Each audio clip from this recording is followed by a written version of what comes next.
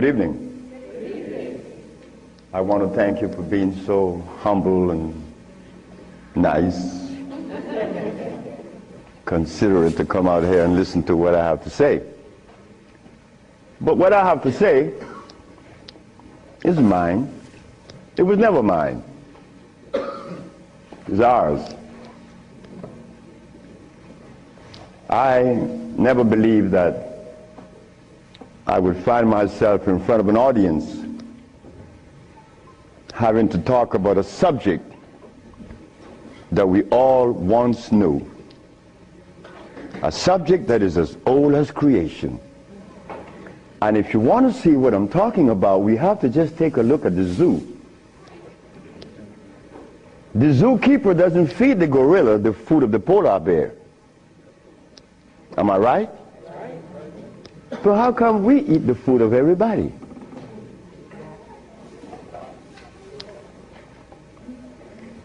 We'll begin this lecture by letting you know, first of all, I'm your brother. No more, no less than you. I can't be smarter than you. That's impossible. We have the same amount of brain cells. So how was I privileged to be navigated to this information? I don't know. I don't even question myself. I just like to live. As a little boy, I hated school. That is the truth. I didn't go to school. I didn't like school. I didn't like to comb my hair. I didn't like a whole lot of things. I didn't like money. I was 12 years of age. I was Seventh-day Adventist. Corby Brown.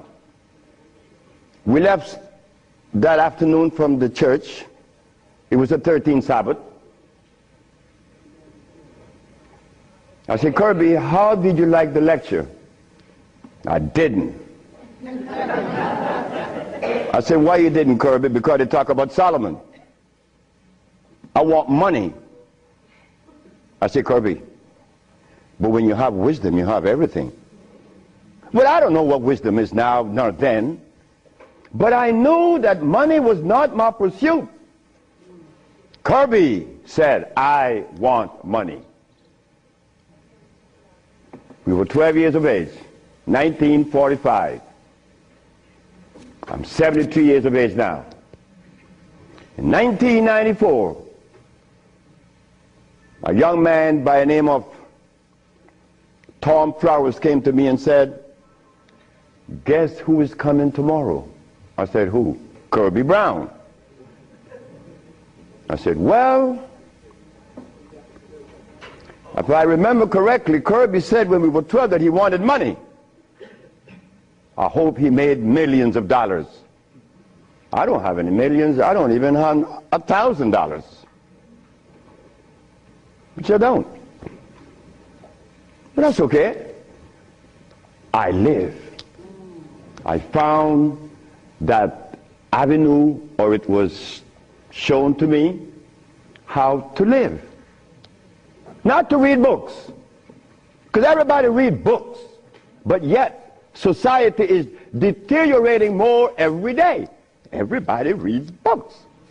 The brother called the other day on the radio and said that he asked about corn, right? Corn? He read books. He said that the text, the Kemetic text showed him that corn is good. Well, he better examine his text because corn was made by man. But anyway, Kirby said he wanted money. That was a Thursday.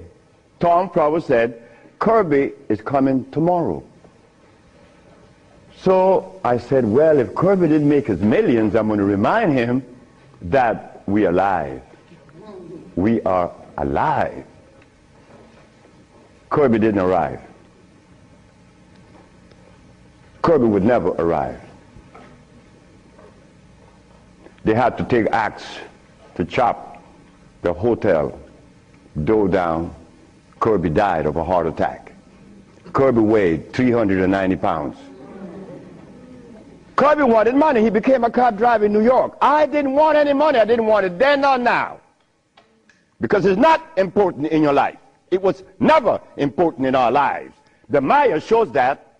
The Maya built pyramids. The Maya lived for millions of years in the jungles of Central America. No money. The Africans? How long did we live in Africa without money? Since creation. Now they tell us we need money to fight AIDS. Brothers and sisters, we are at a deficit, a tremendous deficit, a deficit that if we do not pay attention, I'm glad I did. I'm glad I did, because I remained that obedient boy that just lost his mama 4 days ago.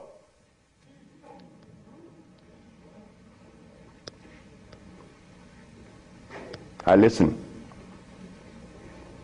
I listen. But to listen, you can't have a philosophy in your head. If you have a philosophy in your head, you cannot listen to anyone. I was there. I was a Seventh-day Adventist. I listened to no one but those things that came from the church. Well, if I was to listen to the church today, the Seventh-day Adventists, I'll be eating tofu. I'll be sick. You see? I'll be eating tofu.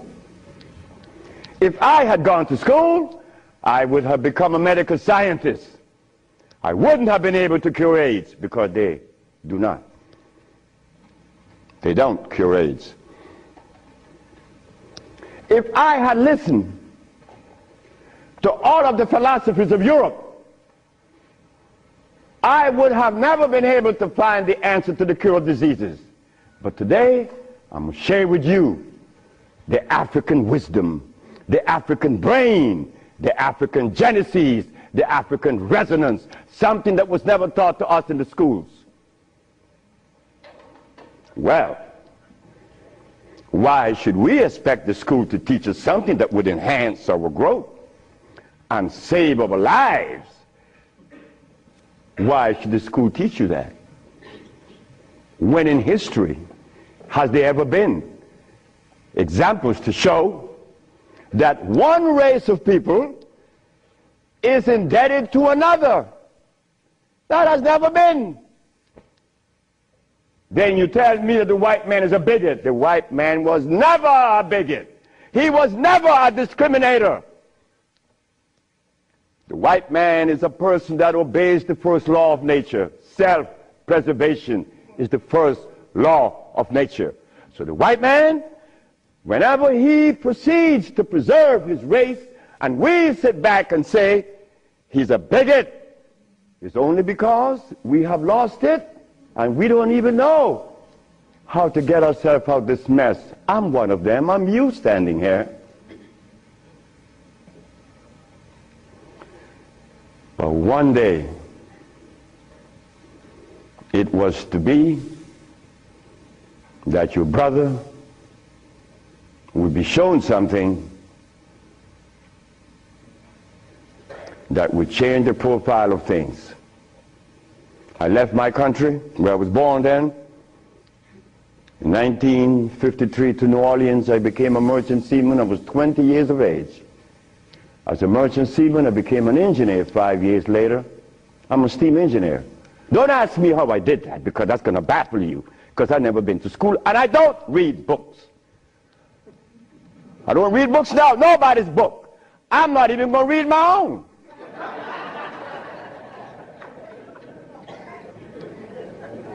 Because all the book readers come to me, asking me, how did you cure AIDS?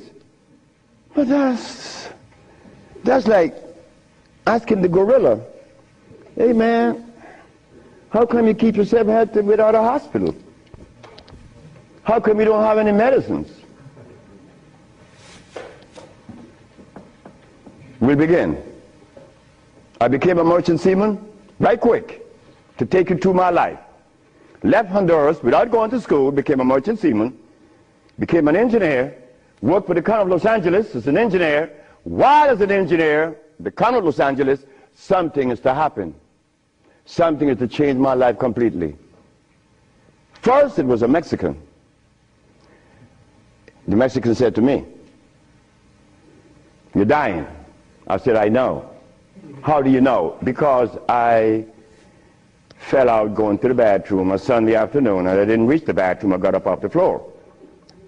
Something must have happened between there and the bathroom." But I had gone to the neurologist, the endocrinologist, the GER practitioner in Russia, in England, in Germany, in France, United States. And they were people that knows what it is about. They had the great big books on medical science. But my asthma and my diabetes, my impotence was kicking. What happened to the books? They read books. All the physicians that treated this boy read books of all kinds. Nothing happened.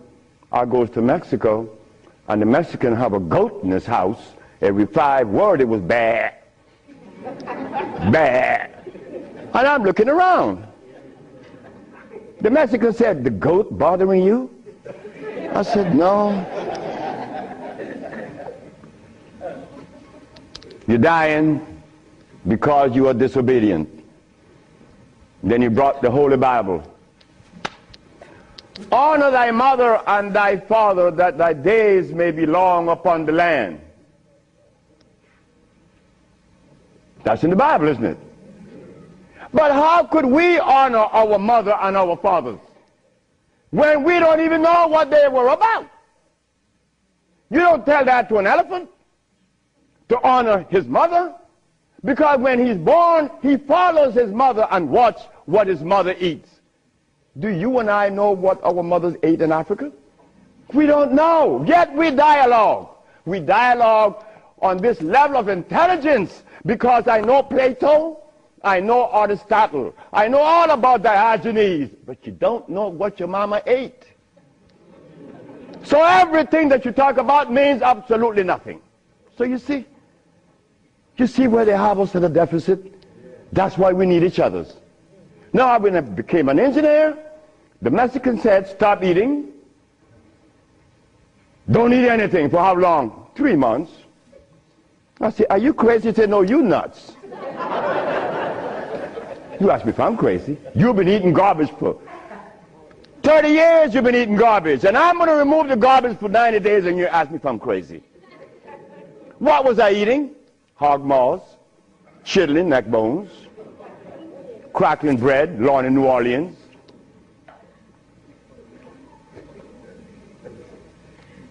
Eggs, because the grown-ups told me when my penis wasn't getting hard, eat eggs, drink raw eggs. And I did, by the dozens. And nothing happened. The Mexican said, "Don't worry about it, don't eat." 90 days later, I was no longer impotent, no longer diabetic, no longer asthmatic, no longer with glasses on my eyes, and this stomach hair was 42.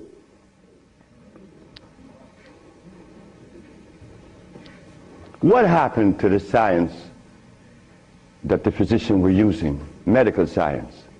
It didn't work, isn't it? But it worked with me. The herbs work with me. This Bible says,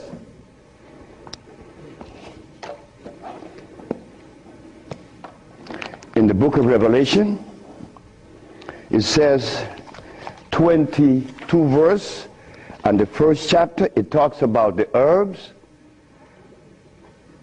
for medicine. Am I right? Well, ladies and gentlemen, what could have happened to us that when my brother, who was a preacher for 30 years, was sick, and instead of going to God's medicine, he went to the physician to get a chemical in his arm. My brother died 21 years ago. I'm not a preacher. I would never be a preacher. I told that to my mother. She wanted me to be the preacher. I said, "No, no, no, no, no, no. That would be the last thing that I would consider." She said, "Why?" I said, "Because I want to live truth.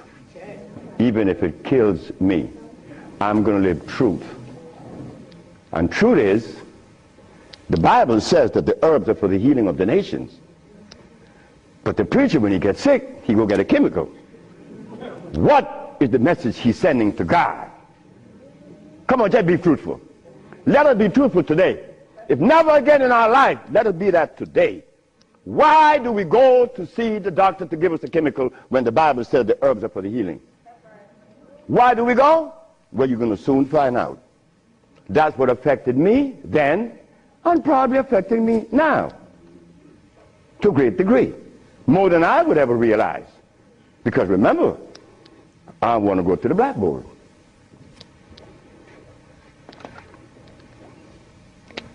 Roughly speaking, Africa. Way overhead we put America.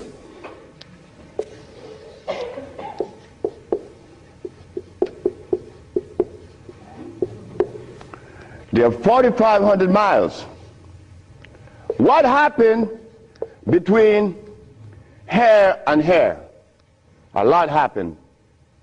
You see, when we were here, without the mathematics, without the ABC, without the sciences, when we were here, we had something to our advantage that we no longer have here. We are blind here. Here we weren't. We were seeing.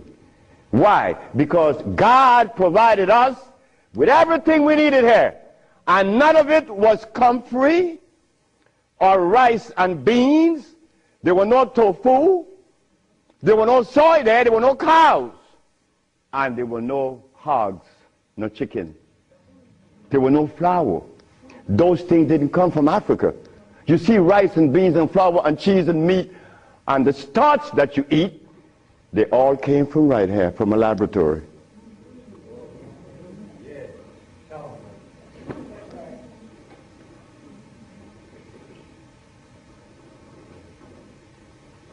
Now, for us to eat, you have to have in your big skull the understanding of biochemistry. But when we were here, we didn't have to know anything about biochemistry. Why? Because God doesn't make poisons. You see, God doesn't make carrots. Well, let me put it here. Stop the garbage. Anytime someone tells you that tofu is good for you, that someone that just gave that information to you has one eye open. But he's confident that when he tells you to eat carrots and you drink it, you have both closed. So a one-eyed man is king where everybody's blind. But the one that recommends the tofu is only half seeing. He's blind. He got one eye open only. But he doesn't know it. Example. Before we get into the real lecture, pull this out. This is how people take privileges on us. They don't care about us. They bring us information that, oh God, that's why the rest of the world laugh at us. Because they know that we have both eyes closed. Here it is. Moringa.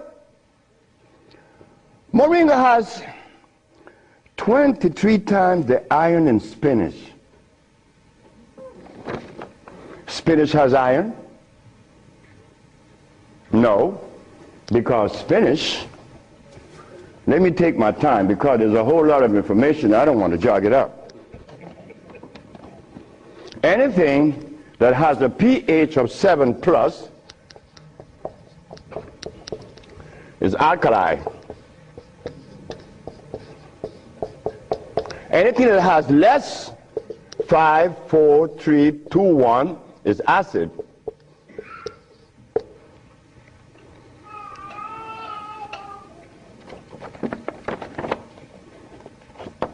Spinach.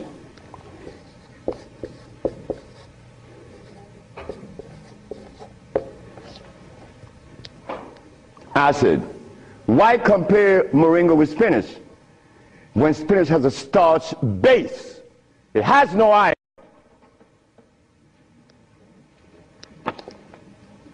7 times the calcium in milk.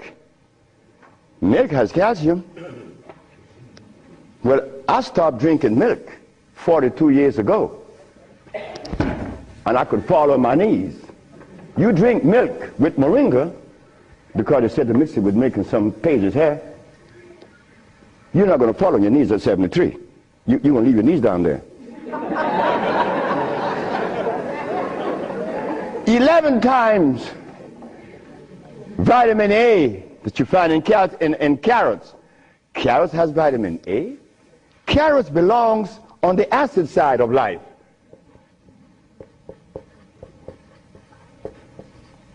So right there, and they send it to mix with carrot juice.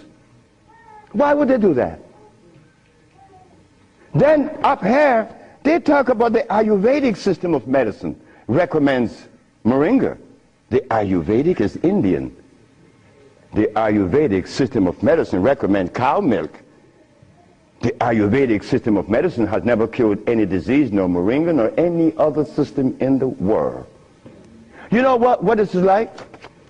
When Steven Seagal tells me to come to his house because he had a headache for 5 years. Well, I knew why the headache was in his head. It was removed in less than 10 minutes. He had the bottle and said, "This bottle is powerful." I said, "Yeah, powerful, huh?" He said, "Yeah, the headache is gone." You know, he's a Dalai Lama, right? He wanted me to go to Kathmandu. Kathmandu? I'm going to go to Kathmandu. To do what? Talk to lamas. Lamas for what? What am I going to talk to lamas for? They couldn't cure your headache that you had for 5 years. The lamas need to come and see me, not me, the lama. But since we were compromised, we left all our food in Africa. You and I don't even know what we ate in Africa. So don't even go there.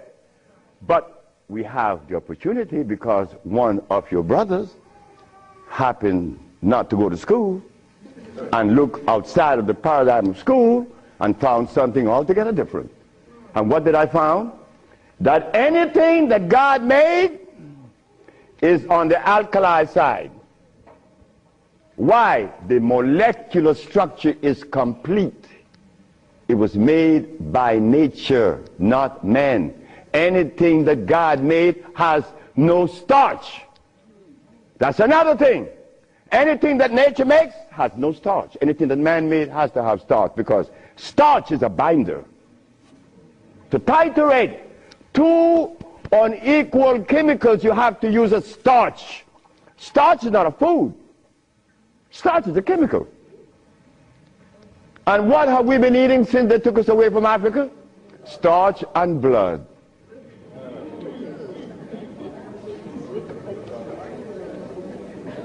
Starch and blood. We didn't eat blood in Africa. Gorilla doesn't eat blood. He eats leaves and berries. But gorillas are sane. They listen to each other, and they have a society well put together. Well, Sebi, when he became the engineer, and he found out that the pH value of things had a lot to do with healing and the properties that's to be used, I was happy. I used to run home. Guess what I found? I found that the herb that everybody's talking about is acid, and everybody's using it. What herb is that? Comfrey. She said, what? I said, yes, it's on the acid side. And so is rose hips, enchirecia. What about golden seal? That's right, golden seal was made. It's like the stick that you put in your mouth. They call what? What they call it? The chew stick.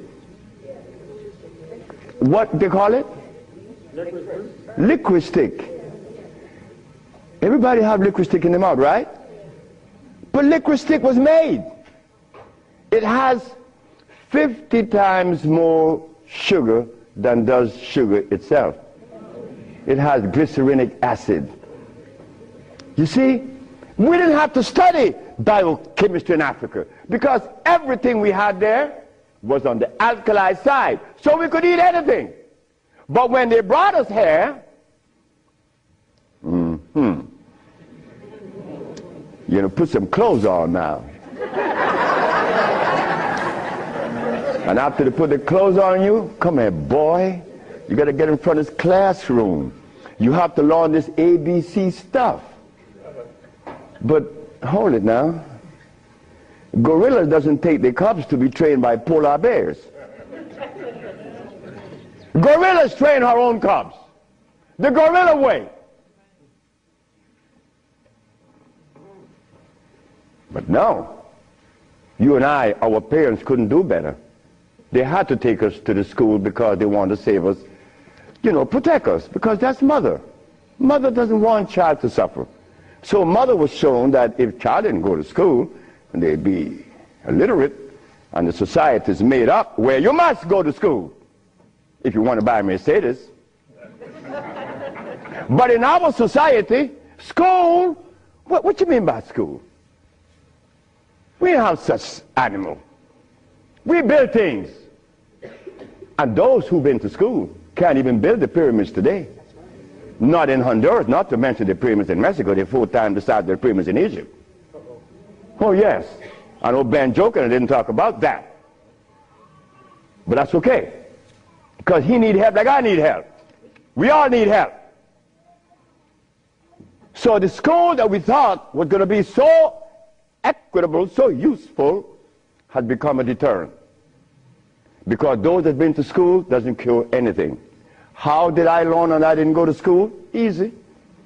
You know, we baby-aged kids, we don't die. Right? We do it. I'm not wiser than you. I may be more mischievous than you. I know that because I do some mischievousness that you would not believe. But anyway, as an engineer, I went to work one night and I began to test herbs. And I began to see that all the herbs that you guys are using are acid, every single last one of them, except for burdock, yellow dock. They're natural herbs. And the other one, which is the red clover, that's a natural herb. You know, they're alkali. They're very good. So I began by compounding herbs from all over the world. And lo and behold, a blind man was killed named Mr. Fredericks. Then the Japanese, Fred Takashita's wife, was killed of endometriosis. She had a baby. She was never supposed to have a baby. It's a white lady from Utah. My boss brought his daughter and his brother with ulcers. They were killed. The boss came to me one afternoon and said, "So you're going to leave me?" I said, "Yep." He said, "You're going to leave me? On your resume, you said that you didn't go to school. And the only reason why I hired you is that I was curious to find out how could a man have an engineer license, never been to school. I wanted you to fail. But instead, you did something that is extraordinary. Are all black people like you?" I say, "Brett Howell," his name is Brett Howell. "Are all black people like me?" I say, "I'm the dumbest." "Yes, they're all like me and more powerful than me." "Well, how come they're not doing what you're doing? You killed the blind man. You killed my daughter's ulcers. Could they do that?" I said, "They could do it better than you, than me. But why aren't they doing it? Because they're afraid of you. I'm not afraid of God. I'm not afraid of the devil. I'm not afraid of anything, especially you. Because I don't live in fear." So I say, "Brett Howell, the black man of America is afraid of you white people because you guys made him afraid of you. And you should not feel good about that. It's not about me hating white people, loving black or hating black. It's about understanding. Nobody's going to help us but us. Nobody in this world, whether white, black, Chinese, or Arab, could help us it's impossible for them to help us. Why? Because they don't know us. They don't have our genetic predisposition. Look, as a Christian, I used to eat pork. Of course I eat pork, and I love it. But as a Muslim, I eat lamb, which is 10 times worse than pork.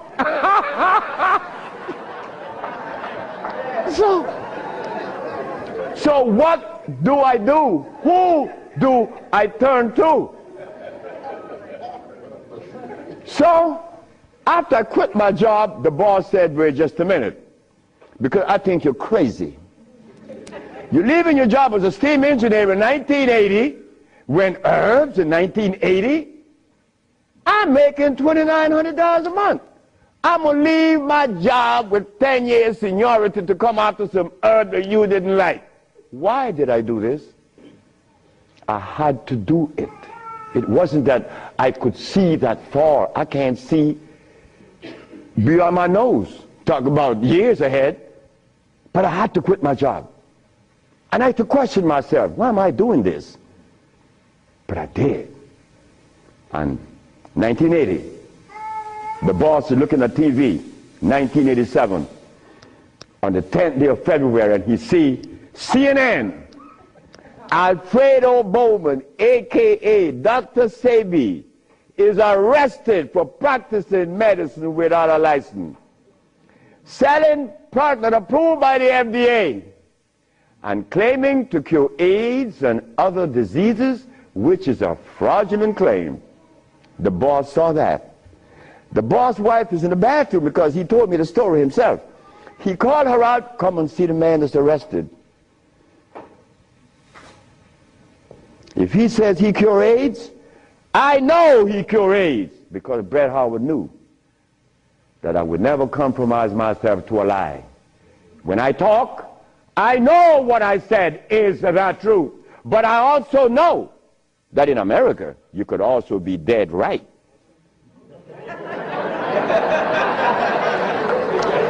But it doesn't matter. It does not matter. I'm 73 already. They kill me tomorrow, it's all over with. I rather reach 73.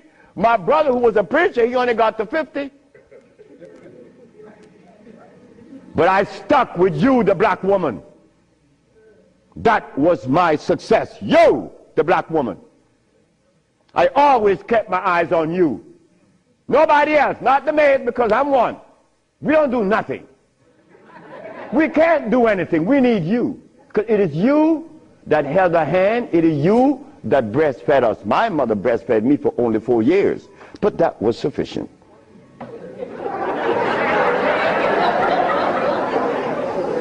In 1962, two statements was made in a barbershop.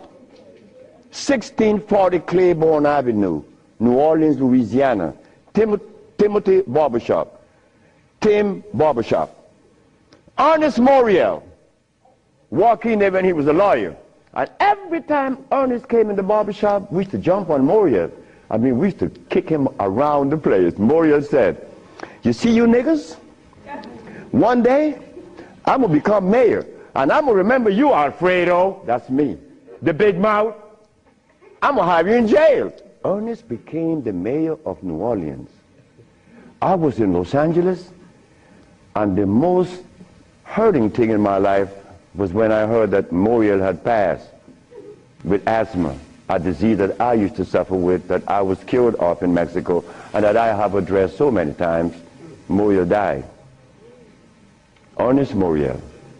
Then another statement was made by me in that same barbershop. I said that I would give the black woman a gift. Brother said, Logan said, sapphire? I said, yes, sapphire, your mama. I said, she was the first, you came out of her, she held your hand, she teach you everything about the basic things of life, and then she cut you loose. Now she worth nothing, she's sapphire. I'm going to give her a gift. 1962, that statement was made. But 1962, I was sick. I had asthma, I had diabetes, I was impotent, I had everything under the sun. But in 1964, I was cured, and years went by.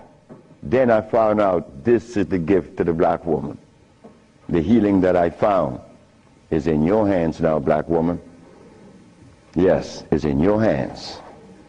So in 1987, I was arrested.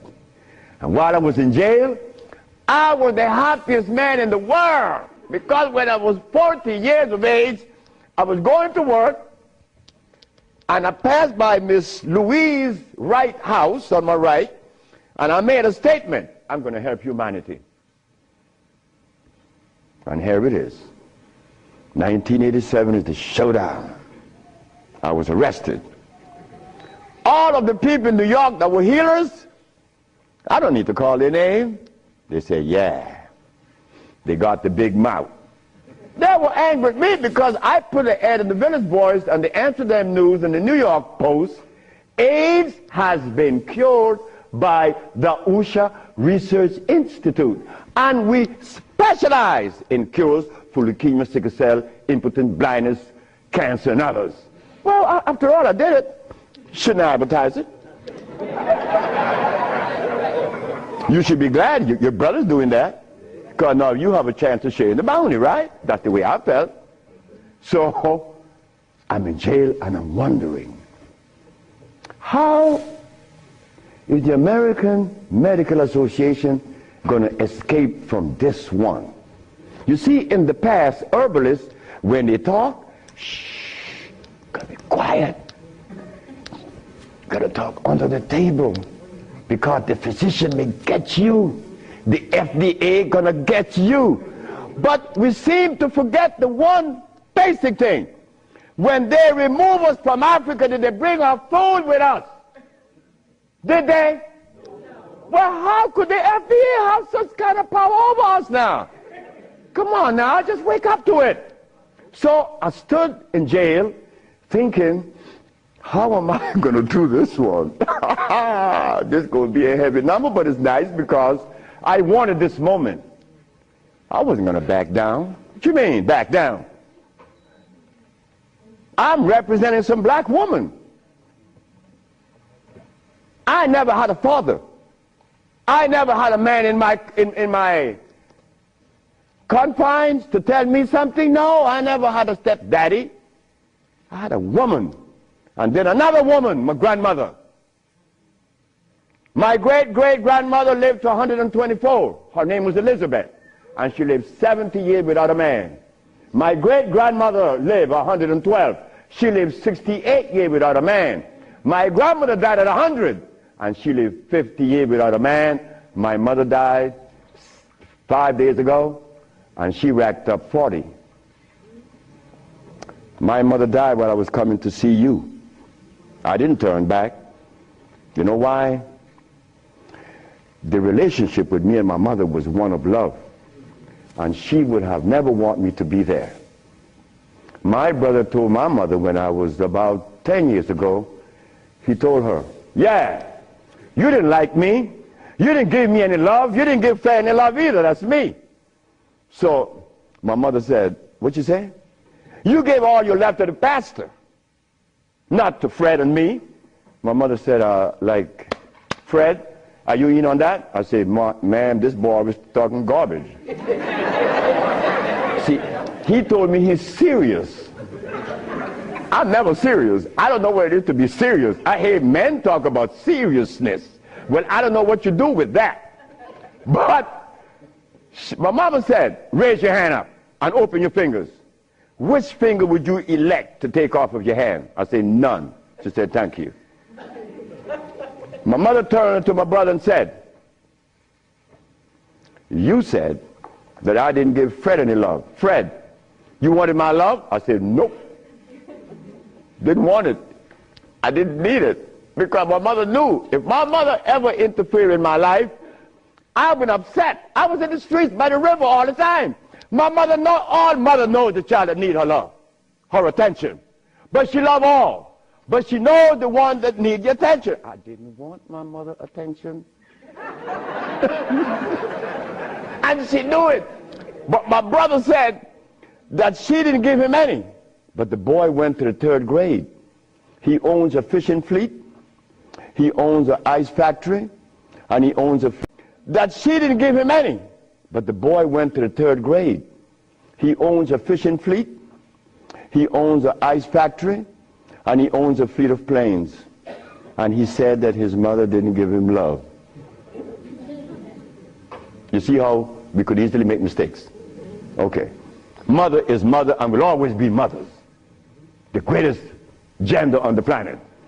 So while I'm going to court now, and I'm standing, the judge said, get the man out of jail, and I went to his chambers. Judge Shorter said, young man, you mind if I ask you a question? I said, no, sir. Why did you advertise that you cure AIDS? Well, sir, my mother's alive, Africa exists, and my face, and I would never offend any of the three. That's why I advertise that I cure AIDS. He turned to the woman at the desk and said to her, ask her, did you investigate this man before you arrest him? She said, no. Her name was Phyllis Spade from the Attorney General office in New York. She said, no. You didn't investigate this man before you arrest him? This man, the response he gave me, he cured AIDS. But AIDS is the easiest thing to cure. People think that AIDS is difficult. To me, everything is easy, and to you it should be too. And I'm going to show you why it's so easy. So the judge said, well, you're out in bail. And that was February the 12th, I got out of the 13th. But the case doesn't begin until 88. September. I have a year and 8 months. Why the judge gave me so much time, I would never understand. So I waited. Trial date. This is where the showdown with black and white. Not better or worse. We are not better than any white man or Chinese, no. We just happen to be different. That difference has never been treated by any religion or philosophy. There is a difference that needs to be understood. So while I went into court, the judge said, well, Dr. Sebi, will you please begin? Where do I begin? Begin where you say you cure AIDS and the physicians say there's no cure. The physicians are 100% right. There is no cure for AIDS or any other disease. The judge said, just a minute. There's a contradiction here. The newspaper says that you cure AIDS. Then you agreeing with the physicians. That's a contradiction. No, it's not. When you're limited, it is. But when you live out the box, it isn't. She said, help me. She said, of course. The physician take the position that there is no cure for AIDS or any other disease, and the physicians are 100% right, according to their philosophy and their perspective. Their medicine didn't show them a cure. So how could they say that there is a cure? But the perspective that prepared me, there is cure for AIDS and every other disease. Oh my God, when I said that, the physician jumped up. Your Honor, Dr. Victor Herbert said, Your Honor, what other perspective could there be? After all, you know, this patent on us, the FDA has a patent on us. You cannot talk. The FDA talk, you shut up. Oh yeah? Well, I'm going to find out. So, the judge said, what perspective is yours? Dr. Victor Herbert, Dr. Bonanno, and Dr. Christopher said, how could there be another? I said, there is another, Your Honor. And what is the other? The African bioelectric cell food. I've never heard of such a thing. That's what the physician said. He had never heard of the African bioelectric cell food. I said, of course. But we have to remind the good physician that he have not heard of a whole lot of other things. But that doesn't deny the existence of the African biomineral electric cell food. What is it? Okay. The allopathic claim that there are multiple diseases. The African biomineral balance negate that position. There's only one disease, never been two. The allopathic claim that to treat the multiple disease you must use a chemical, which is violating God. Right? The African biobalance said no. It's a nutritional approach, electric food. Your Honor, I told you that this man was insane and unscientific. He said there's only one disease, but there's only one. Remember, I'm the boy that didn't go to school. I'm going to break things down to the least common denominator. When I was a steam engineer, I found out that in a machine, thermodynamics I'm talking about, or an automobile, the only thing that could cause this machine to go bad is what? Short circuit, obstruction, overheating. The same thing with the human body. So what did I do? I put compounds together that would cleanse the human body of what? Of mucus. In so doing, AIDS, sickle cell, lupus, herpes, blindness. But it sounds too simple, right? Well, that's not my fault. They have complex things, and then they deal with the complexity. And boy, that's a job. But with us, on our journey from Africa to America, it was easy because the slave master had a ship and brought us over. But getting back to Africa, we get confounded. We can't go back now. We don't know how to go back. We better not even go back. Because when I tried to go back, this is what I did. My first trip with a passport was to Kenya. So I went to Kenya and they said, where your passport? I said, I have no passport. I said, I was taken away 500 years ago. I'm back.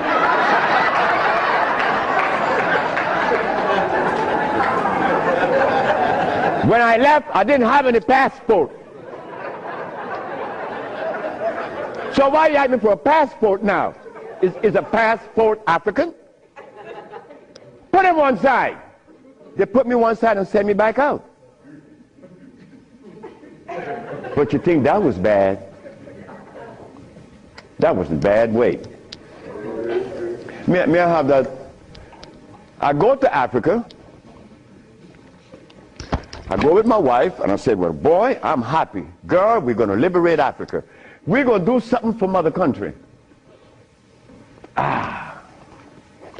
I go and I saw Dr. Parinyatwa in Zimbabwe.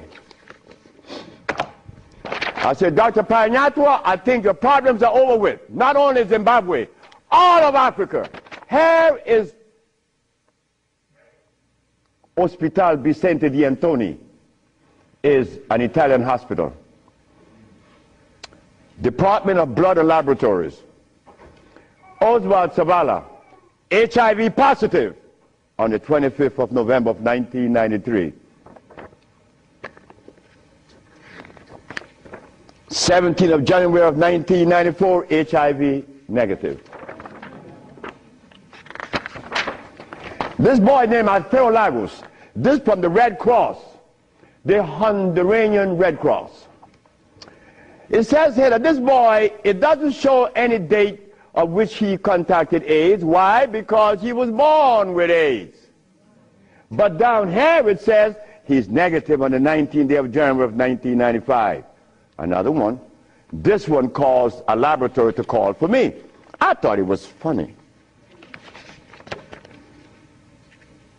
This is the next one, the other one. His name is Alex Suarez.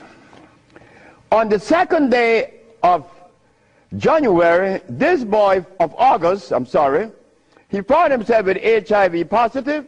On the 19th day of August of the same year, 17 days later, the boy is no longer HIV positive. So they called me for what? I don't know. because I know they're not going to change it. Now, this one you're going to like. This one is from the San Diego Public Health Laboratories. It says here that this man has a HIV-1 RNA 26,205. The boy was supposed to be dead at 25, right? Just go to the other page. 6 months later, he's less than 400. He was killed at 15. So anybody want to read it? Because I could be lying, because that's the way we think. But here it is. No, that's possible. I could be lying. Here, young lady.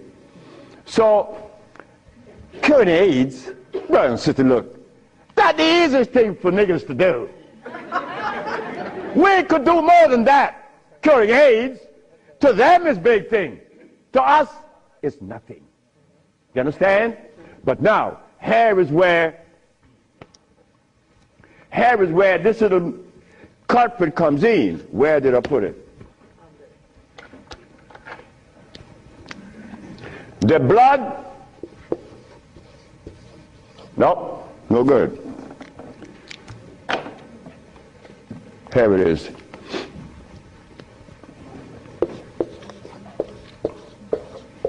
Blood and starch.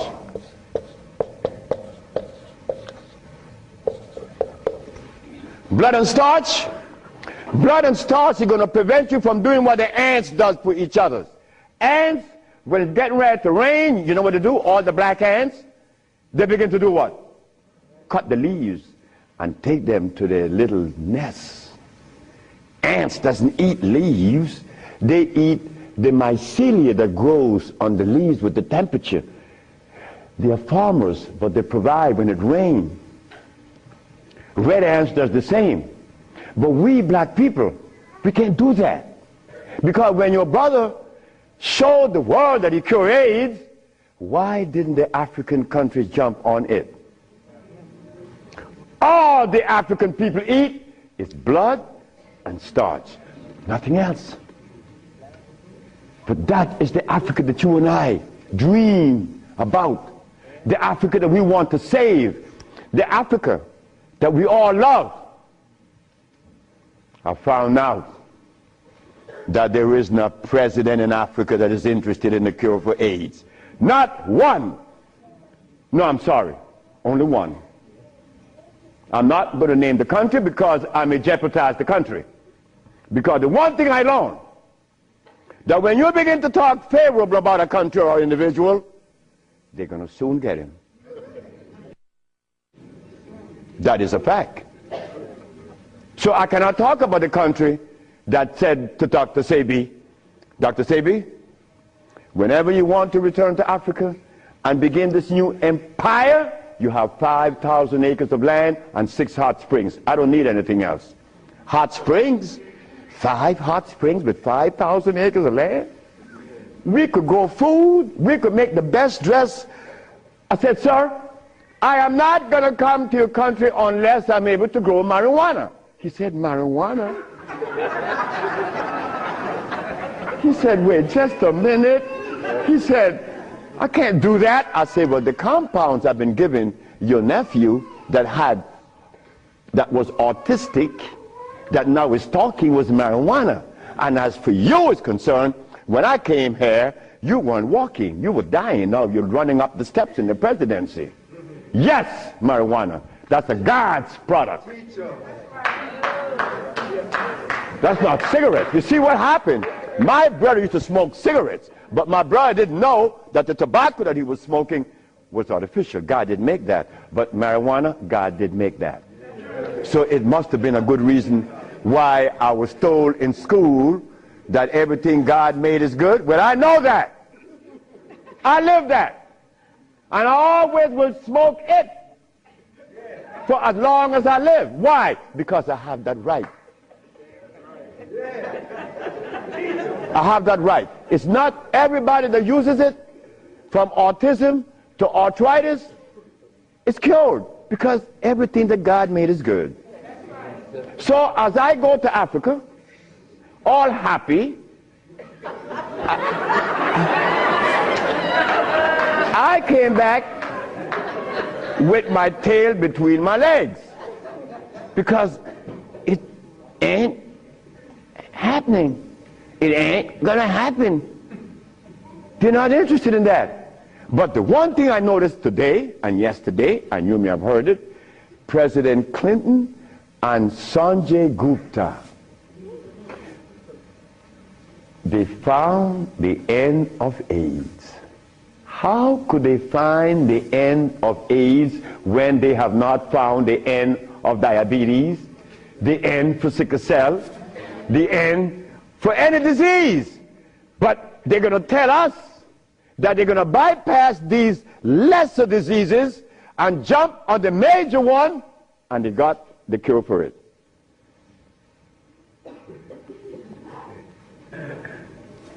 I got documents to substantiate that I cure AIDS, right?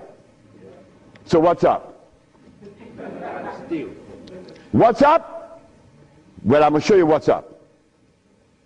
When I was in Zimbabwe, the Department of Health said, why do you come to us saying that you could help us? And your leaders in America didn't help you. My leaders in America? What do you mean by that?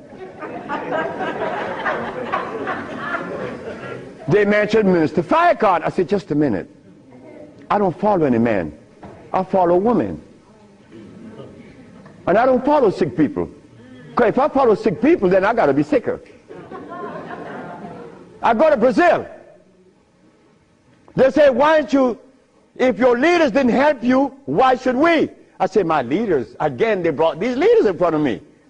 And they mentioned something like Al Sharpton and Jesse Jackson. I say, oh God. I say, why you all ask me about these people?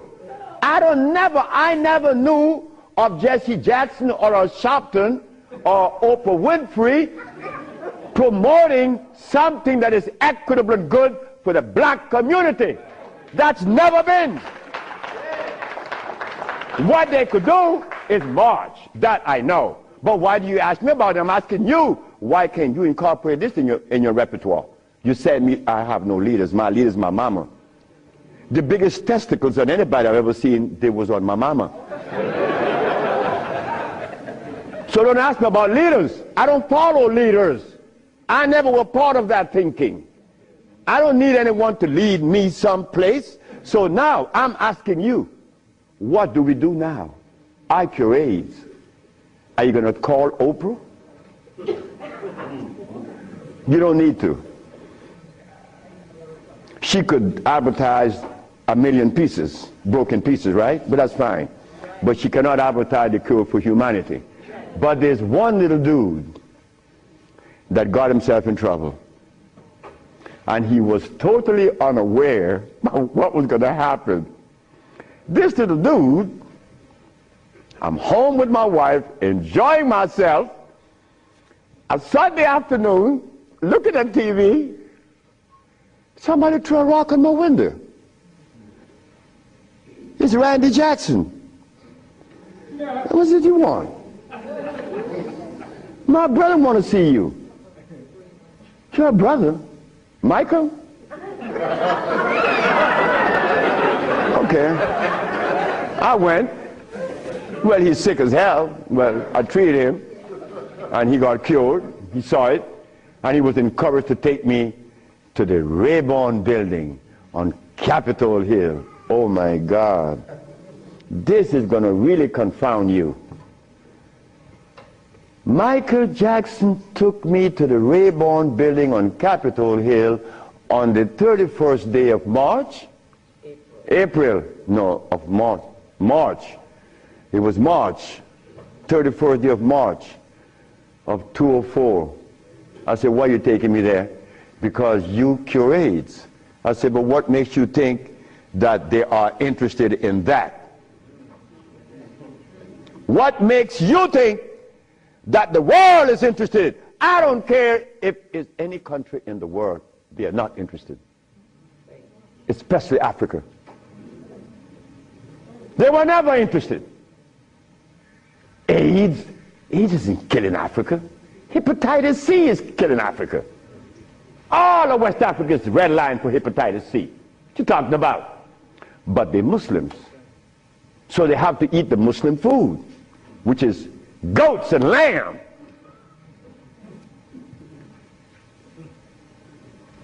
Go tell them that the Arabs play food, which is goats and lamb.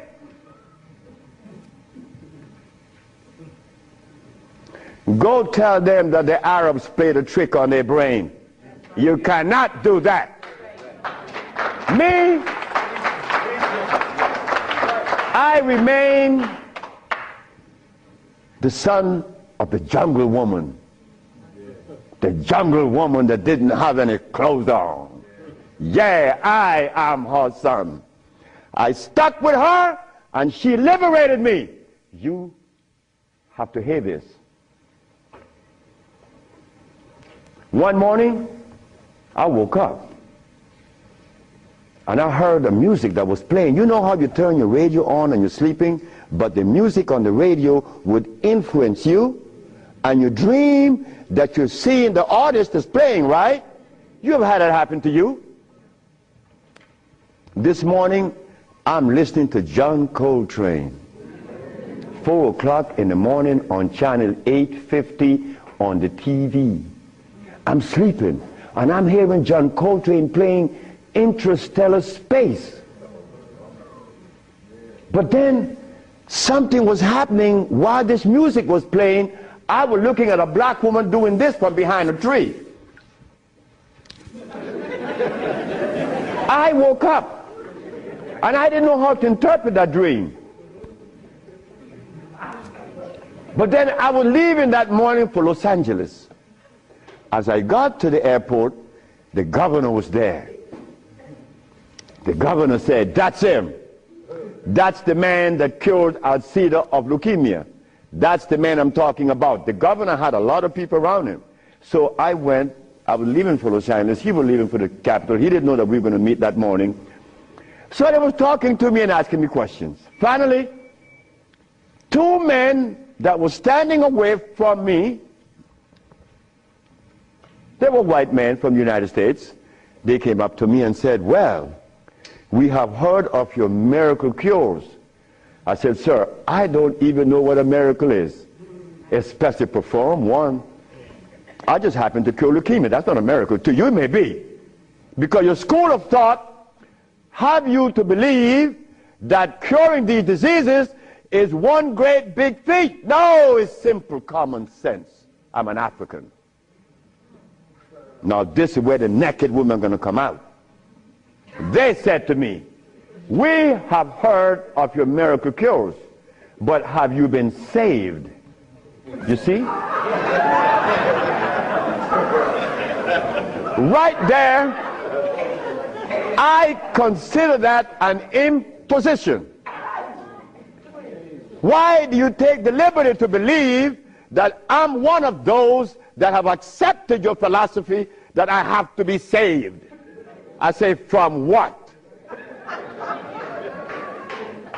The man politely answered and said, "From your sins, of course."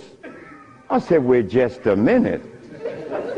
I said, "You know, man, while you guys were standing over there, I said," and I looked at you both, and I said, "Two very intelligent young men.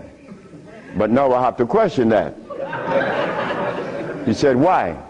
I said, "Well, because the color of my skin should have prevented you from asking me that question, have I been saved?" He said, "What does the color of your skin have to do with anything?"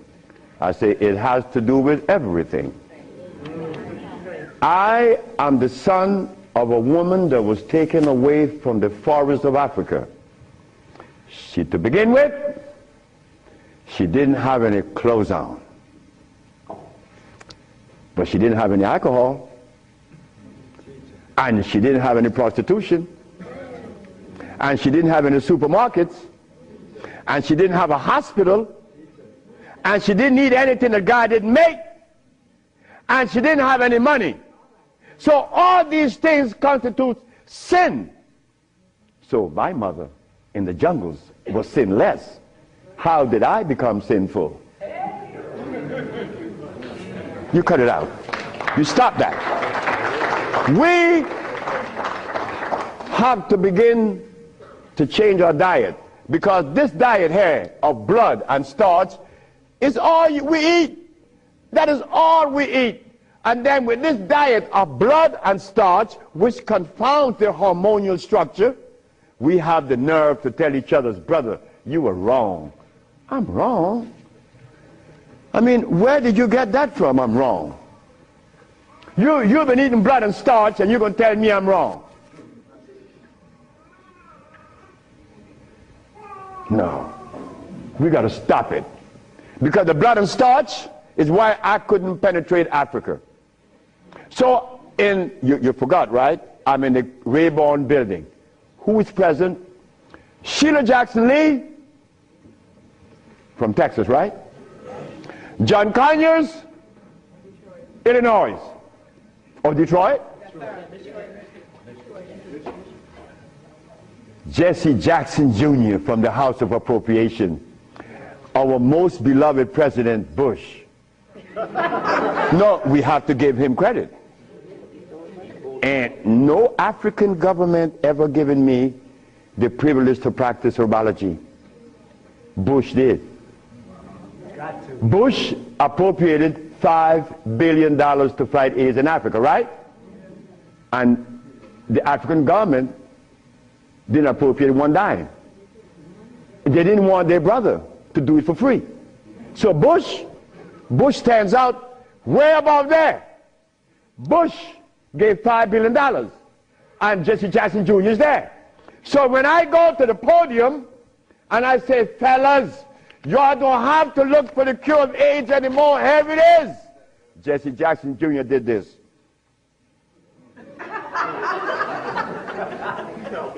I said, I'm going to talk about this. I have to write about this in my book. Because you, not me, but you and I believe in the leaders. We hope that they could do something, right? Well, they had a chance. So 17 African ambassadors. Only one came to me from Mali. The only man came to me and said, Dr. Sebi, I have to respect your position, and I appreciate your position. You have proven that you cure AIDS, and I would like for you to go to Mali. But that's not the country I was talking about previously. He just presented himself that day. But Jesse Jackson Jr. didn't tell you that I cure AIDS, right? He didn't tell his daddy either, isn't it? And Miss Sheila Jackson Lee didn't talk about it, right? And so did John Conyers. So who gives a damn? You see? But that's good. That's good. We don't need leaders, isn't it? So we're going to do it. Because we're doing it now. Because those black women I'm talking about, there's one sitting there. They are going to tell the world we cure AIDS. But last night, Clinton and Sanjay Gupta is on CNN talking about the end of AIDS. How about the end of sickle cell? How about the end of lupus? How about the end of herpes? How about the end of blindness? They didn't find those, but they find the end of AIDS. How is that possible? Are we going to buy that too? Are we going to let them continue to say that there's no cure for AIDS when your brother's curing it? So we are guilty. We are the one that's guilty, not the leaders, because they're sick. All the leaders are sick. You can look at them and tell they're sick. So we have to forget about the leaders, right? So which animal in the forest follows a male?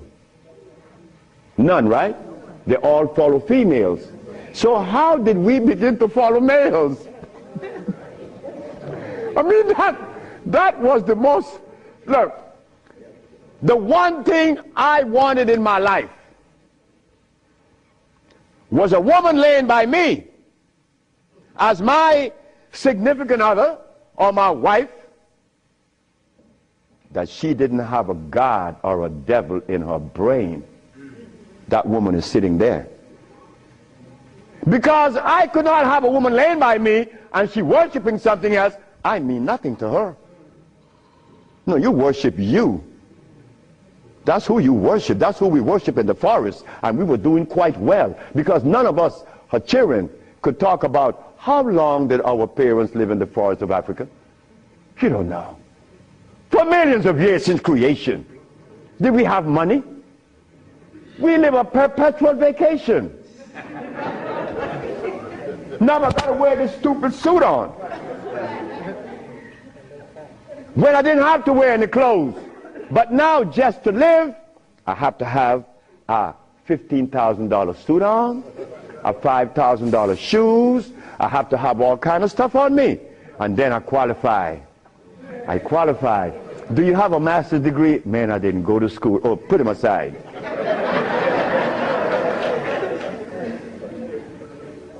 So in essence, there's no one on this planet that is interested in the cure for any disease. None of the leaders, none of those who are talking, they are not interested. It was simple. It was understanding that is alkalinity that cures, not acidity. And any healer that comes to you with these things, like adding carrots, like moringa, it says here, one of the things that I are careful with, it says here, if you add carrot juice with it, it's going to help you. But just a minute, carrot was made by some dude in Holland. It's very acid. So this moringa knows that you have both eyes closed, so I could sell you anything. We don't want that anymore. We don't want to tell stories anymore. We don't want to protect the stories anymore. But you see what happened?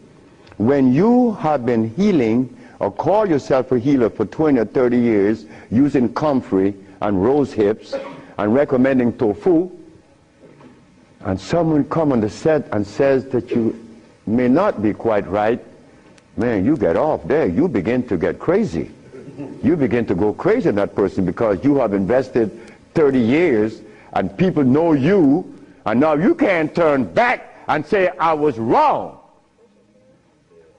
Well, I was wrong. And it was one little lady, 94 years of age, named Mrs. Holloman. I was along with the rest of the healers. I was reading these books by Jethro Kloss, Alma Hutchins, Indian Herbology of North America, Myers, Christopher, also this other named Shooks. And they all have calcium in it, so I had to believe that, right? And I went to Mrs. Holloman and said, Mrs. Holloman, you got to drink carrot juice. She said, sit down, boy. I think you're crazy. I think you're out of your mind. I'm 94 years of age. I don't wear glasses. I don't need you to come and tell me to drink carrot juice because I know that carrot is a poison. I was in Rattan, the island of Rattan, and a woman was listening to me talk, and she asked me, what is the best breakfast in the morning? I said, I don't know. She said, a glass of hot water. I know she was right. The sister was right. So in essence, all of the hoopla about AIDS was just noise. We've been curing AIDS since 1984. Why didn't you know about it? The media didn't let you hear it, right? Jesse Jackson Jr. didn't talk about it, right?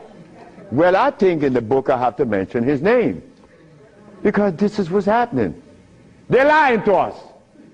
And we have to stop it. We have the cure for every disease in the world. We, the black race, is responsible. Not the white, not the Chinese, not the Arab. The Arab need help. They need help now. All Arabs need help. Because there's no way in the world where you find the highest incidence of eye problem like Arabia. Because they eat lamb.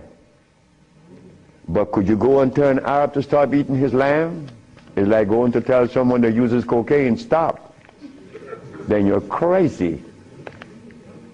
Like going to Africa and tell a Maasai, hey Maasai, You only live 47 years, man, and you're going to die because you're eating raw blood and starch. He's going to chop your head off. And he should.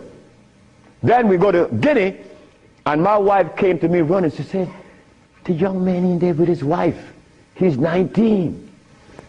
And she's complaining he's impotent. At 19, she said, yes. My wife came with it. What happened? We asked the boy, what does he eat? He eats cassava. Cassava.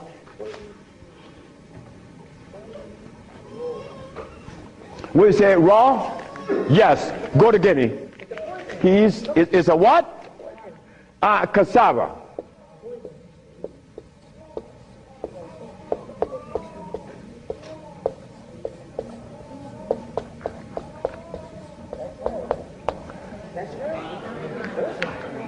I want you to go to any African country and tell them, no, just ask them, please, why do you eat cassava? Oh, this is African.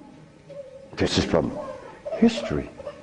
Hey, African, I know you've been bamboozled too, because cassava is not a product of nature, nor of Africa. Cassava is a starch that needs the aid of a man to grow it. Cassava cannot grow by itself, and it has cyanide. But the cyanide has already affected the brain. He cannot think for himself. It's like talking to a Haitian or a Brazilian. In fact, the only country that I have ever visited that have people dark like me, but nobody in Brazil is black. Brazil.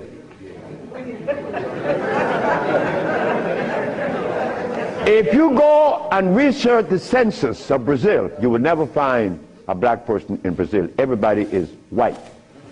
That is how much they have offended us, that we hate the very image that God made.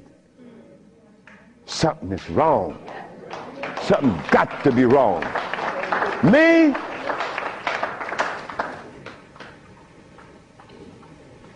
I was a very good Christian, and a very good Muslim, a very good Buddha. And I wanted to join the, well, I don't want to mention it, but anyway, I was a good everything. But what I found, that they were feeding me the wrong food, and I had to deny all of them because they feed us garbage. There isn't a religion in the world that have fed the black race in America or anywhere in the world the food that is consistent with their cellular predisposition. So if you, my religion, is feeding me the wrong food, then what is the message you are sending? It's like putting gasoline in a diesel car. You would not get to South Philly. No, you're not. It's not going to run right. But we eating starch and blood, and we want a dialogue. Dialogue based on what? I mean, come on now. We are the remnants of what world? Let us try to bring it back. We can't challenge each other's. The only thing we have to offer each other's now is love. But to get to that point, a sister told me the other day, because I made a statement in the church, a brave woman stood up and asked me, Dr. Sebi, what have you learned from the entity that you are forwarding to us now? What have you learned from it? I learned to kiss everybody's butt. And I meant that. It came out that way in the church. Well, I had to give it that way, because that is the way it came to my brain. I kiss everybody's butt. It's easy. You see, it makes it easy. When you start kicking it, somebody's going to do something to you. And when you start kissing it, they reward you. So this sister came to me, and she was very smart. She said, do you literally? I said, drop your panties.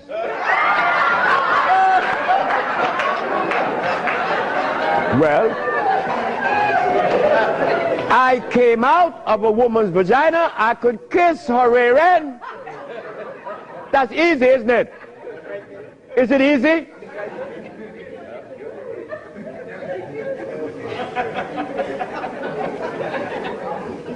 See, I have no what you all call shame. I don't know what that is.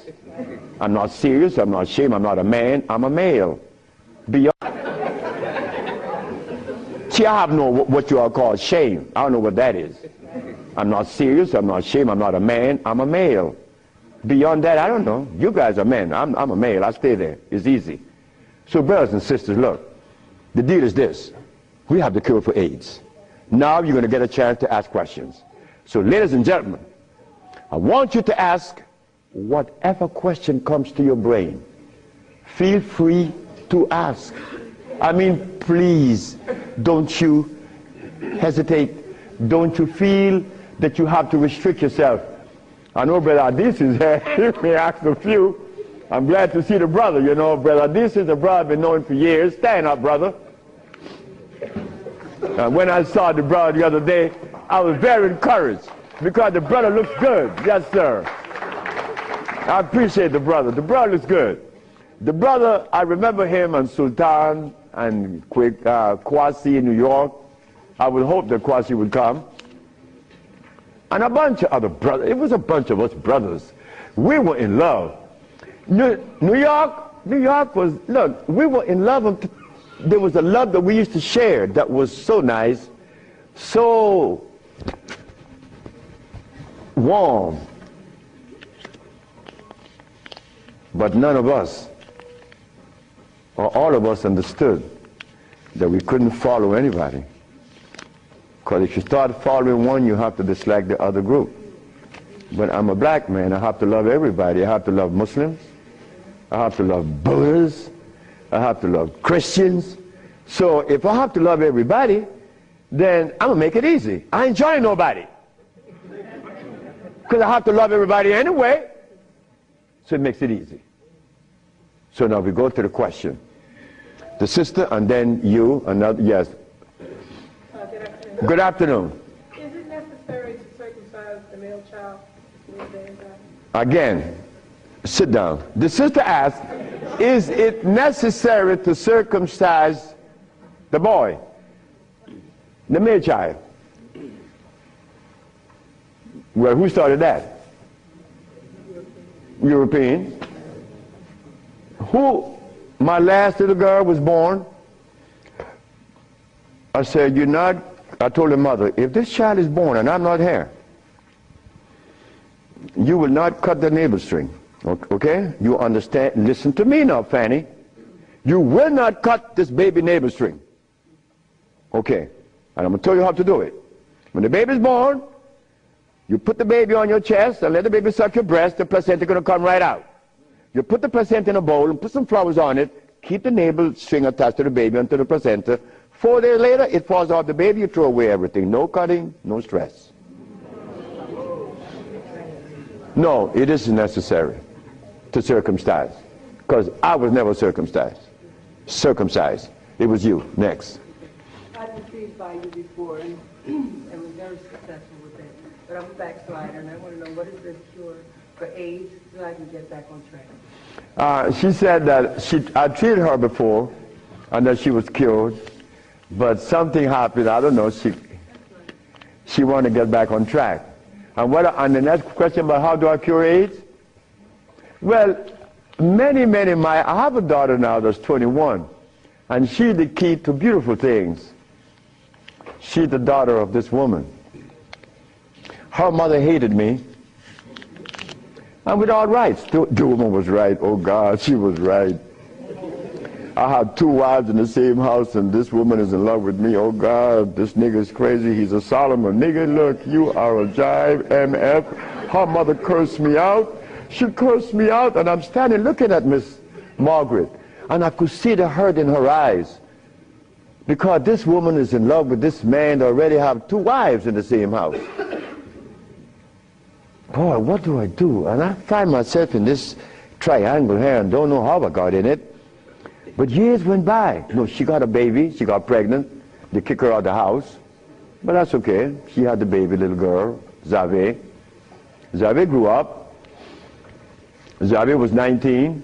She cured her mother, her grandmother, of diabetes.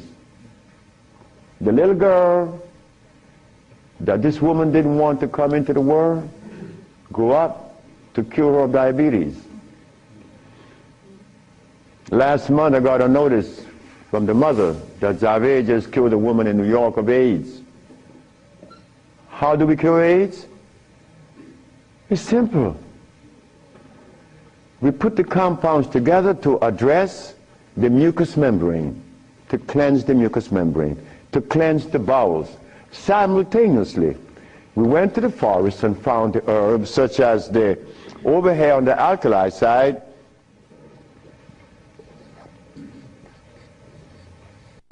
sarsaparilla is an herb that has the highest concentrate of iron. Fluorine, iron. Guaco, that is a plant that has, I thought I had a stick with me because I'm always chewing on it. This is guaco. Guaco is a plant that would definitely strengthen the immune system because it is iron again. But it has potassium iodide, no, potassium phosphate, not iodide. Iodide comes from the ocean. Kankansa, that's an African plant. Kankansa is an African plant. This plant has one of the highest concentrate of what? Potassium phosphate. Those are just few of the plants. We use about 40 some odd plants to cleanse the body, strengthen the immune system, and electrify the system, because you want to electrify the body.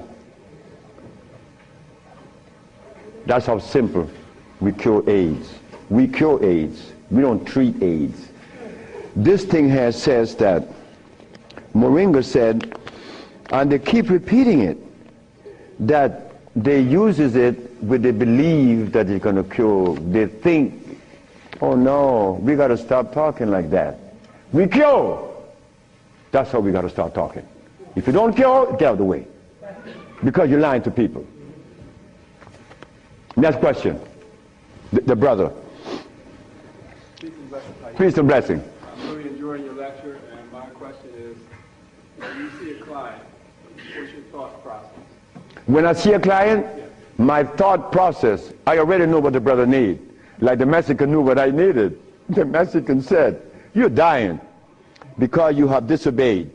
Without, unconsciously you disobeyed. So when a brother comes to me, I already know what the brother needs. I don't need to go into a whole bunch of scientific jargons and intimidating the brother by putting light in his eyes, iridology. I don't do that. I don't do anything. I just give you what I know you need. People come to me for compound from Japan. She killed a woman in Japan named Kaoto Kita in Kobe. She never seen a woman. She was in hospice already. With cancer what? The lungs. There you go. Cancer of the lungs in hospice. She never seen a woman. In a month time, she's vacationing in Hawaii. Okay, there you got it. Yes. Harder than you. Yes, the sister.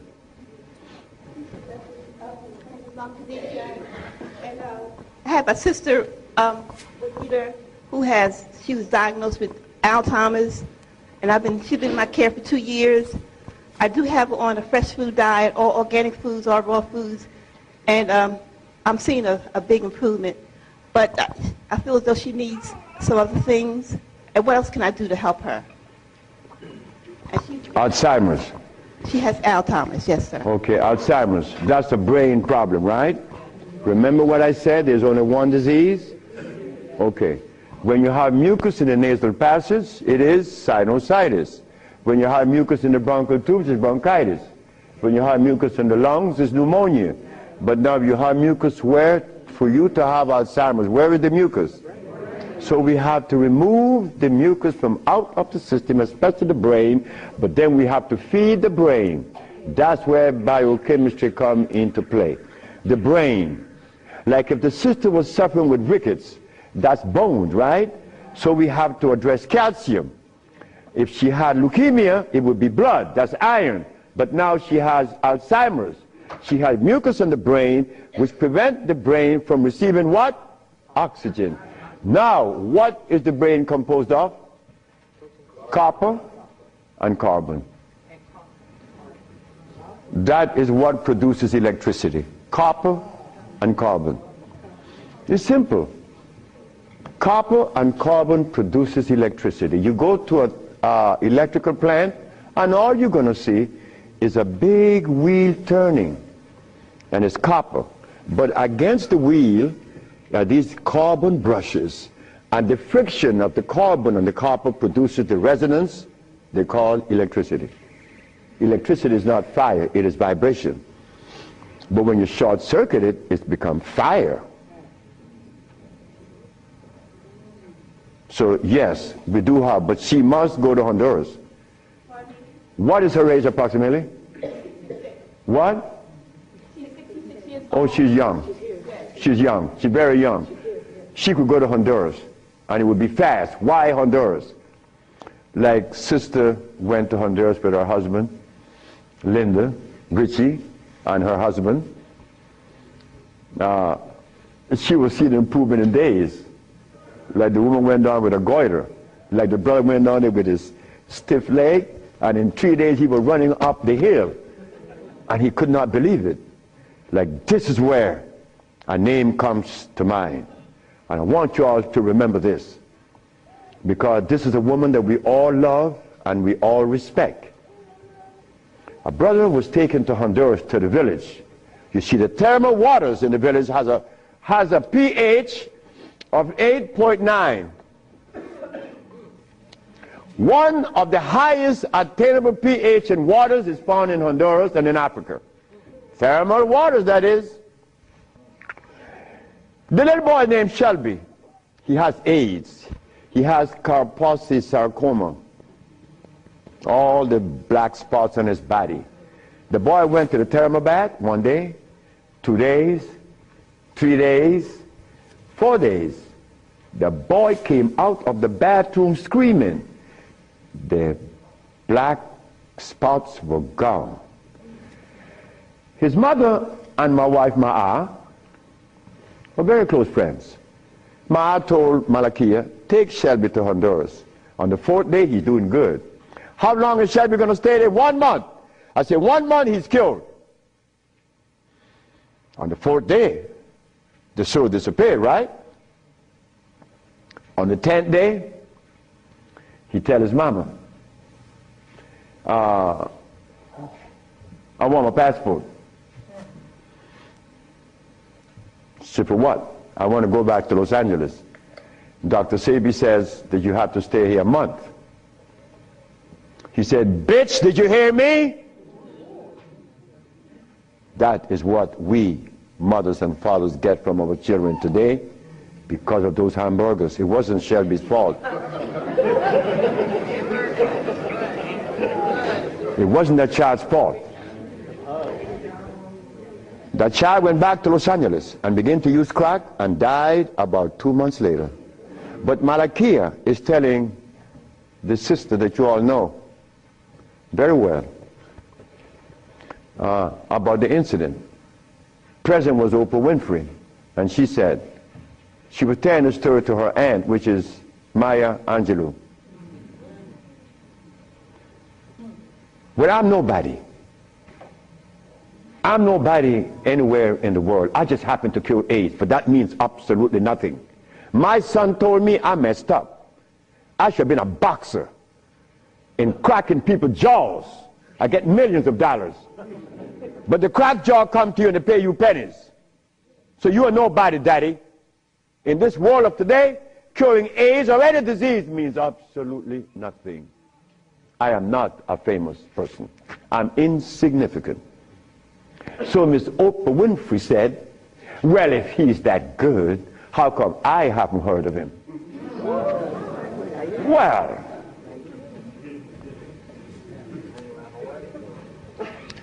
I'm not famous.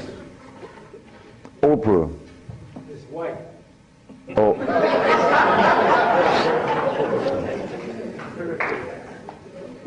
My book would be out in July. I know she's not going to advertise it, although she suffered embarrassment with 1 million broken pieces. But that's okay. We have to remember the blood and starch. So when you go home, you remember the blood and starch, because that prevents you from liking you, from loving yourself. Because I was there. I was there. Did I want to blow my brains out once? Yes, I did. Well, why was that? I was stressed. I was eating blood and starch. But when the Mexican came and said I was wrong, I listened. And here I am, 42 years later. Do you see the benefits of this? A Mexican came to rescue me, to rescue you. So we cannot. But wait, the other part of it is Africa. There isn't an African country that I could go and practice herbology. But why did Bush, who all of us think, or most of us think the man is bad, how come I could practice herbology in the United States? You got power over him. That's why. I don't have any power. No, I don't. Because I don't even know what power is. I just know what's mine. That's all. I know what's mine and what's yours, what's ours. So what's ours, when the Supreme Court said, the FDA said, you are not supposed to sell these products. Exhibit A. The FDA said, what? That I'm not supposed to sell my products? Well, maybe the FDA knows the food that is consistent with the African cellular predisposition. Because when they removed us from Africa, they didn't bring our food with us. Maybe the FDA knows about these foods. Could you tell us, please, Mr. FDA?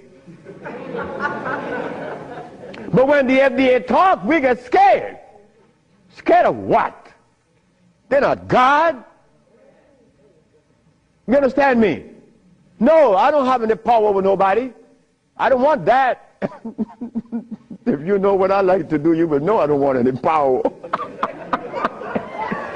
the brother in the back. Hepatitis C. Yes, sir. Mr. Charles Fisher. Who is Charles Fisher? He was the manager for LL Cool J. That was my second case of hepatitis C. Yes. What is hepatitis C? The liver has been stressed. Right. Beyond. Hepatitis C is nothing. Maria Elena from San Pedro had cancer of the liver. Her mother and her aunt bought the black dress to bury her. The doctor sent her home to die. Maria Elena's sister saw a newspaper with me in it. She said, hey, there's a nigger down there in Jutiapa that got a big mouth that says he could do a bunch of stuff. And she came. 2 years have gone by. Maria Elena is healthier than her sister. Yes. What is hepatitis C?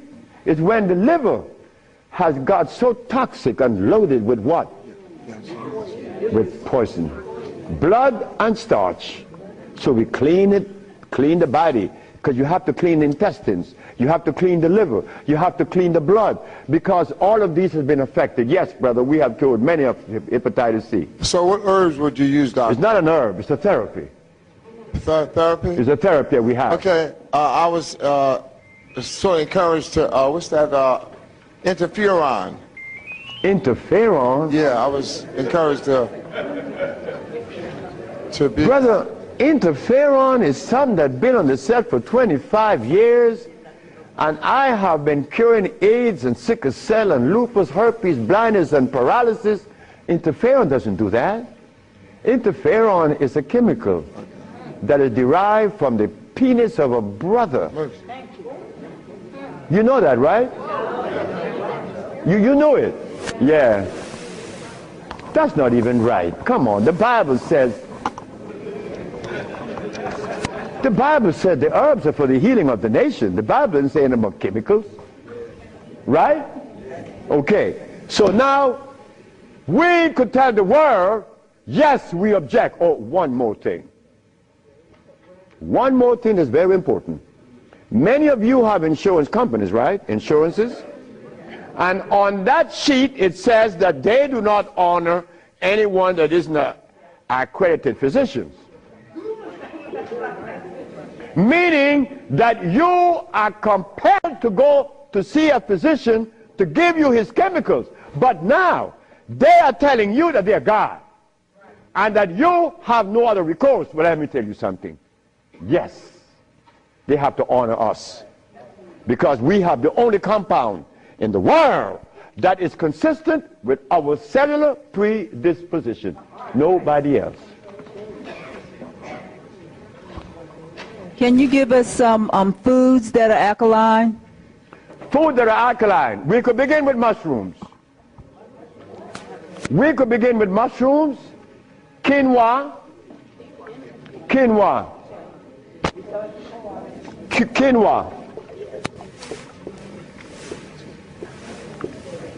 amaranth,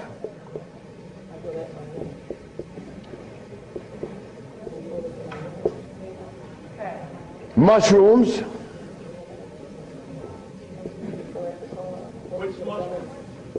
portobello, crimini, also oyster mushrooms. Many people are of the opinion that oyster mushrooms or mushrooms are fungus. What is a fungus? A fungus is something that grows on you and eats things up. Mushrooms are the product of mycelia. This is a network that nourishes. I have cured many diseases, psychological problems, with the Stropharia cubensis. So let me tell you something. Mushrooms are very good. They're high in potassium. Yes. And then the next, wait.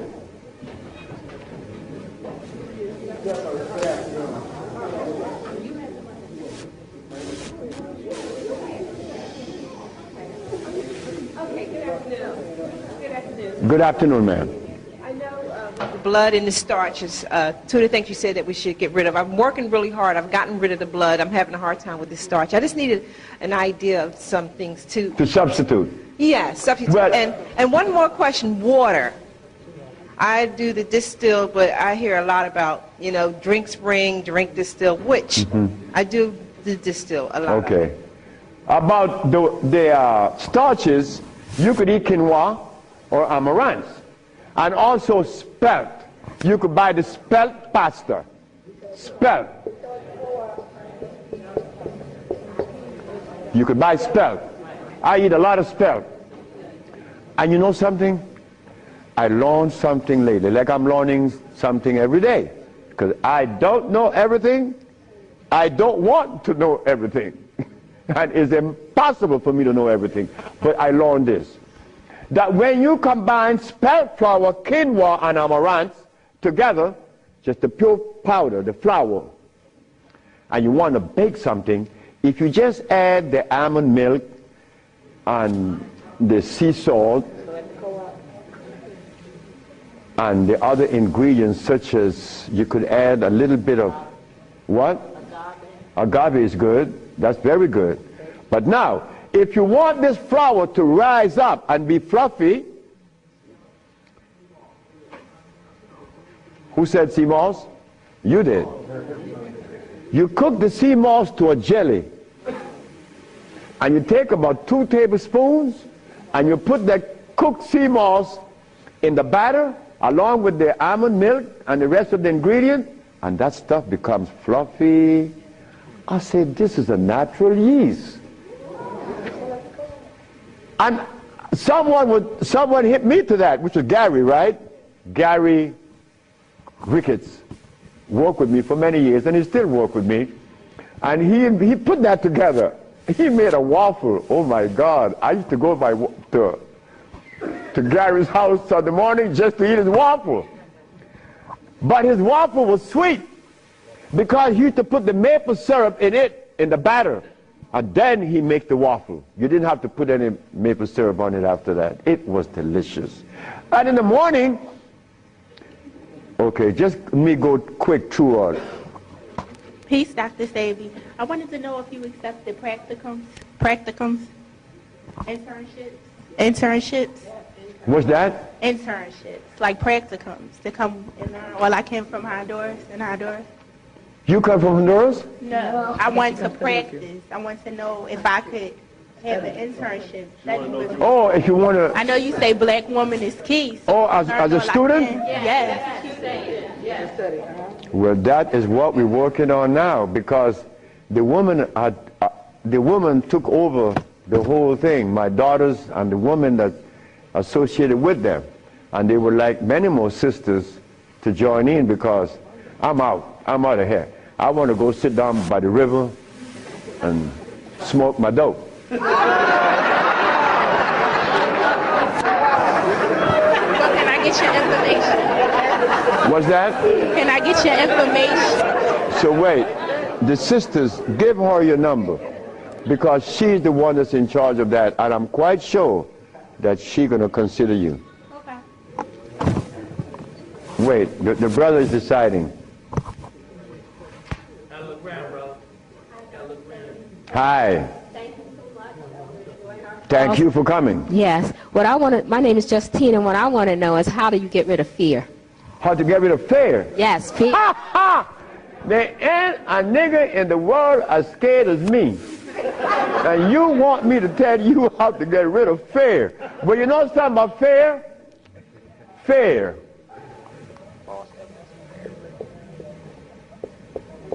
Fear is a natural occurrence. You don't get rid of fear. You understand fear. You don't get rid of it, because fear is necessary. But you don't let fear control you, right? Because it would paralyze you. Fear would prevent you from opening the door where there's a great, big, beautiful tomorrow. Fear, you see, when I was insane, to a greater extent than I am now, I was placed in a psychiatric ward in New Jersey. And they were right. But what they didn't know, that I was aware that I was sick. I was also aware that I would not take any of anything that they gave me in that hospital. But there was a man that, you know the swinging doors, right? A swinging door is a door that opens both ways, and you're going to swing it. And every time he came to his door to go inside his room, he used to stand there. And he could never open that door. I used to go by and swing the door, and he'd go in and say, "Thank you, man." Why couldn't he open that door? Fear. But once you open the door and you see this great big thing, fear is gone. A bright tomorrow, hey, I'm no longer in fear. But then comes another one that's going to trick you.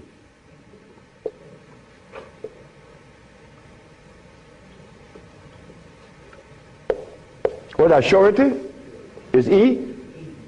All right. Surety. Surety make you do this. Yeah, I'm bad now, but there could be a quicksand there, and you're gone. So you learn that when you conquer fear, then you walk, but you test carefully. And if you conquer surety, then you go into the other one. And this one I'm going to really trick you. Power. Power gives you a freedom to execute, but not to violate. Because if you violate, even though you're in power, they will kill you. They did that to Nicolae Ceausescu, right? In Czechoslovakia. Because Nicolae Ceausescu wanted everyone to stop eating meat. Because he knew. But you don't change people overnight. They killed the man. Because he imposed some other laws on them that were cruel. He used to kill them too.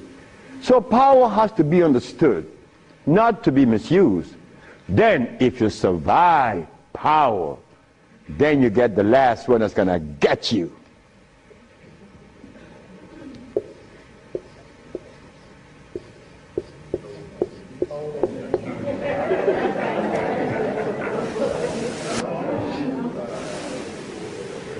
So you see, it's all about peace. I'm happy that I'm 73 years of age and that I'm happy, but I have to thank the Mexican. But when I go around my brother's 73, are you all right? I say, Marcel, that's the only one alive now. My age. I say, you asking me if I'm all right? No, man, I'm not all right. He's coughing. He got these back pains and stuff.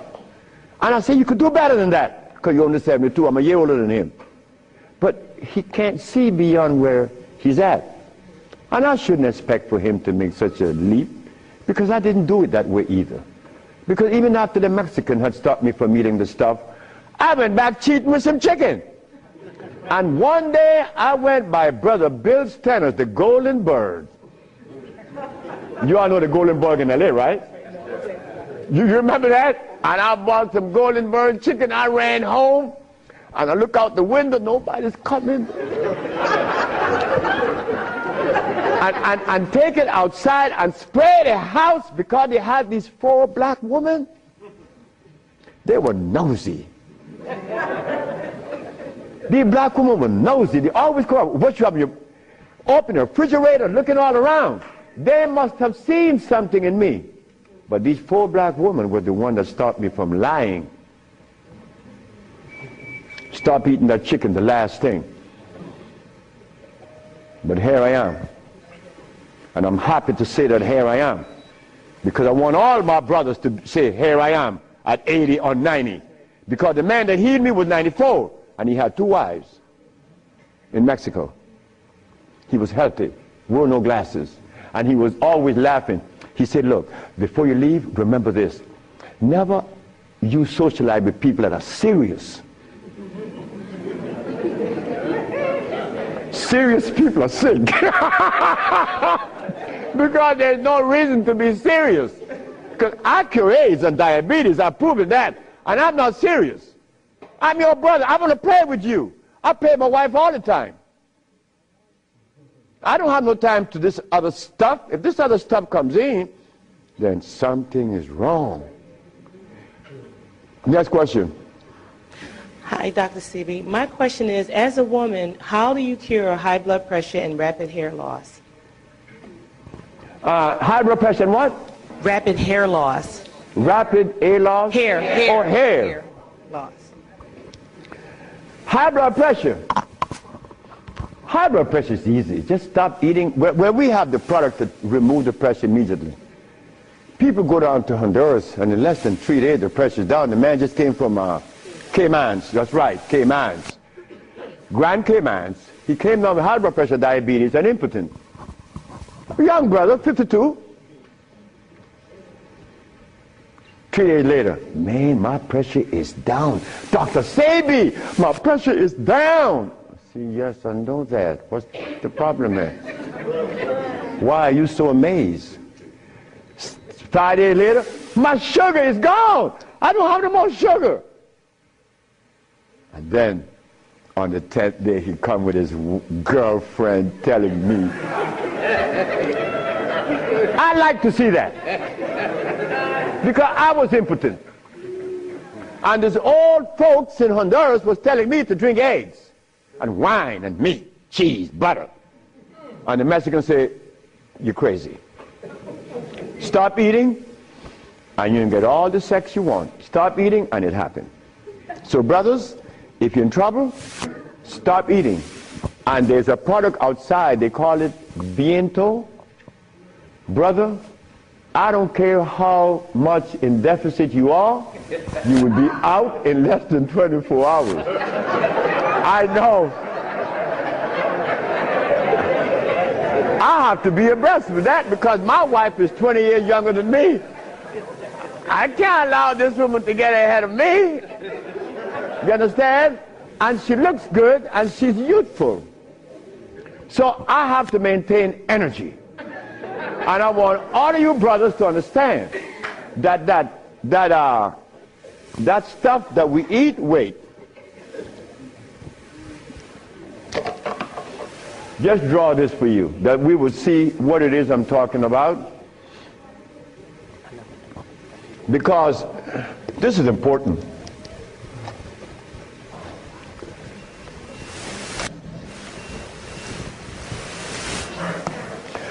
I recorded a man from the age of 15. I saw his life because I was a curious boy. Remember, I'm the boy that didn't go to school. So I was looking at things that the schoolboy wasn't looking at or seeing. This man named Brindley, he was in his 20s. I was 21, he was 25, 4 years older than me. And he was the dude, a woman's man. But when I was in my 40s and I went back to Honduras, Brindley was 46, I was 41. And Brindley was like, yeah, man. Yeah. Yeah. His wife gone. She's a seamstress. She's gone a long time. But when he was young, he had every woman in the world. I said, Brindley, what happened? Man, you know, I'm old now. I said, hey, nigga, you're 46. I'm 41. There again, what is old? What is old?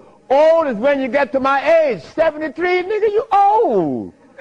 Sure, I'm old. If I had a big belly on me, and I wore these glasses, and I was hooked up to a machine, and no woman want an old sick man beside her. So brothers, look, stop eating blood. Because when you get to my age, you want to be healthy. You want to be playing with her, right? Sure you do. Why not? She's your companion. You want to play and laugh with this woman. Brindley couldn't. Why? You see, this stuff right here.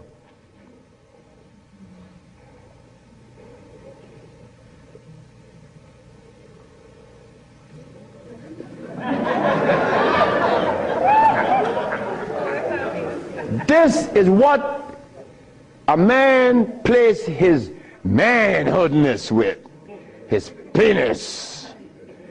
Yeah, I'm a man. But in here,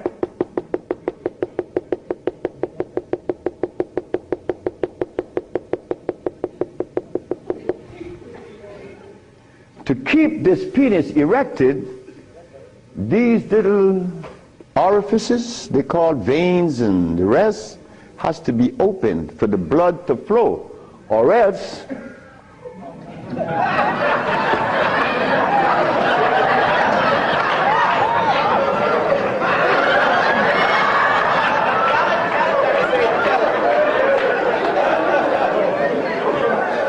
you think I can't talk about it? I was 30 years of age. That was happening to me. And the last person that saw that was a woman named Audrey Williams. She said, what's wrong with you? I said, I don't know. She said, you're sick. You better see a doctor because you're too young. You're 30 years of age. And I did. And it happened. But I had to stop eating. On the 1st, 2nd, 3rd, 4th, 5th, 6th, 7th day, I was happy. On the 8th, 9th, 10th, 11th, 12th, 13th, 14th, I was going and holding on to the bathroom. Everything was spinning around. Why? Because all of the mucus that was leaving my brain, my eyes was very foggy. I couldn't see. I was already wearing glasses, but now it's worse. But on the 17th, 18th, 19th, on the 17th day I woke up, I was looking at the ceiling, and I remember feeling so calm.